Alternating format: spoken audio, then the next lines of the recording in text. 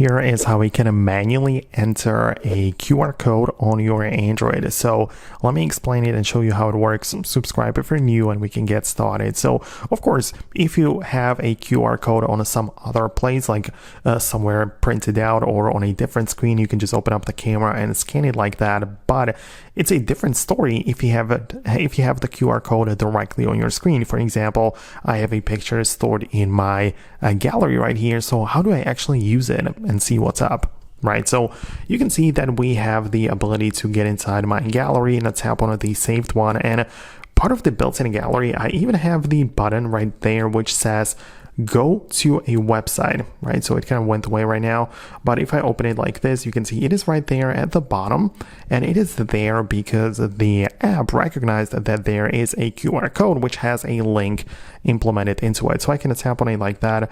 It's gonna pull up the browser like this, and it's gonna go to that website, which is just this QR code, right? So that is one way to just check out your gallery, or take a screenshot of your phone and go to the gallery to see if the screenshot is gonna recognize what's in the QR code. But outside of that, you most likely also have the Google app on your phone, and you can get there and use the Google image search. So it is looking like this.